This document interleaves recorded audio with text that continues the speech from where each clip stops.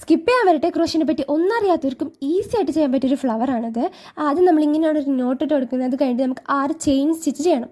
Chain stitch ചെയ്യാൻ അറിയാത്തവരാണെങ്കിൽ ഒന്ന് comment ചെയ്താൽ മതി. അപ്പോൾ ഞാൻ എന്തായാലും ഒരു ഷോർട്ട് വീഡിയോ ആയിട്ട് അപ്ലോഡ് ചെയ്യുന്നതായിരിക്കും. അല്ലെങ്കിൽ നമുക്ക് സീരീസ് പോലെ ചെയ്താലോ, കുറച്ച് ബേസിക് ആയിട്ടുള്ള സ്റ്റിച്ചസ് എങ്ങനെയാണ് പഠിക്കുന്നത് എന്നുള്ളത് നിങ്ങൾ ഇൻട്രസ്റ്റഡ് ആണെങ്കിൽ ഒന്ന് കമൻറ്റ് ചെയ്യുക. അത് കഴിഞ്ഞ് നമ്മൾ 6 ചെയിൻ സ്റ്റിച്ച് ചെയ്ത് കഴിഞ്ഞാൽ നമുക്കൊരു സർക്കിൾ പോലെ ചെയ്യണം.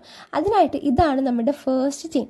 ഇതിൽ കൂടെ നമ്മുടെ നീഡിൽ നമ്മളൊന്ന് ഇൻസേർട്ട് ചെയ്ത് കൊടുത്തിട്ട് യാൺ ഓവർ ചെയ്ത് പുൾ ത്രൂ ചെയ്തെടുക്കുക. അപ്പോൾ നമ്മുടെ നീഡിലുമ്പോൾ 2 ടേൺസ് ഉണ്ടാവും. അതിൽ കൂടെ ഒരു പ്രാവശ്യം കൂടെ വലിച്ചെടുക്കുക. അപ്പോൾ നമുക്ക് നമ്മുടെ സെൻറ്ററിൽ ഒരു ഗ്യാപ്പ് കിട്ടിയിട്ടുണ്ടാവും. അതിൽ കൂടെയാണ് നമ്മൾ ഇനി വർക്ക് ചെയ്യാൻ പോകുന്നത്. അത് കഴിഞ്ഞ് നമ്മൾ 2 ചെയിൻ സ്റ്റിച്ച് ചെയ്ത് കഴിഞ്ഞിട്ട് നമ്മൾ ട്രിപ്പിൾ ക്രോഷയാണ് ചെയ്യുന്നത്. 2 പ്രാവശ്യം യാൺ ഓവർ ചെയ്തിട്ട് നമ്മുടെ സർക്കിളിൽ സെൻറ്ററിൽ ഗ്യാപ്പ് ഉണ്ടാവുമല്ലോ, അതിൽ കൂടെ ഇൻസേർട്ട് ചെയ്ത് ഒരു പ്രാവശ്യം കൂടി യാൺ വലിച്ചെടുക്കുക.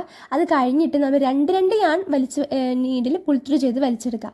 പറയുമ്പോൾ എനിക്ക് തോന്നുന്നില്ല അധികം മനസ്സിലാവുന്നു. വീഡിയോ ശ്രദ്ധിച്ചാൽ ചിലപ്പോൾ മനസ്സിലാവുമായിരിക്കും. നിങ്ങൾക്ക് മനസ്സിലായില്ലെങ്കിൽ ചാനൽ സബ്സ്ക്രൈബ് ചെയ്തിട്ട് ലോങ് വീഡിയോ വേണമെന്ന് കമൻറ്റ് ചെയ്താൽ ഞാൻ എന്തായാലും ഒരു ഡീറ്റെയിൽഡ് ആയിട്ടുള്ള ലോങ് വീഡിയോ അപ്ലോഡ് ചെയ്യുന്നതായിരിക്കും. ഞാൻ ഫുൾ ചെയ്തിട്ടുണ്ടായിരുന്നു, വീഡിയോ എടുത്തിട്ടുണ്ടായിരുന്നു, ബട്ട് ഇപ്പോൾ കാണുന്നില്ല. ഇതേപോലെ നമ്മൾ 5 പെറ്റൽ ചെയ്തെടുത്താൽ നമുക്കൊരു ഫ്ലവർ കിട്ടും കേട്ടോ. അപ്പോൾ നിങ്ങൾ ഇൻട്രസ്റ്റഡ് ആണെങ്കിൽ ലോങ് വീഡിയോ വേണമെന്ന് കമൻറ്റ് ചെയ്യുക. നമ്മൾ ചാനൽ സബ്സ്ക്രൈബ് ചെയ്താലേ നിങ്ങൾക്ക് നോട്ടിഫിക്കേഷൻ വഴി വീഡിയോ കാണാൻ പറ്റുള്ളൂ. അപ്പോൾ ചാനൽ സബ്സ്ക്രൈബ് ചെയ്യാൻ ആരും മറക്കരുത്. ഇത് ഇഷ്ടപ്പെട്ടൊന്നും താഴെ കമൻറ്റ് ചെയ്യുക. പിന്നെ ലീഫൊക്കെ ഞാൻ എക്സ്ട്രാ ചെയ്ത് കൊടുത്താണ്. അപ്പോൾ കമൻറ്റ് ചെയ്യാൻ ആരും മറക്കരുത്.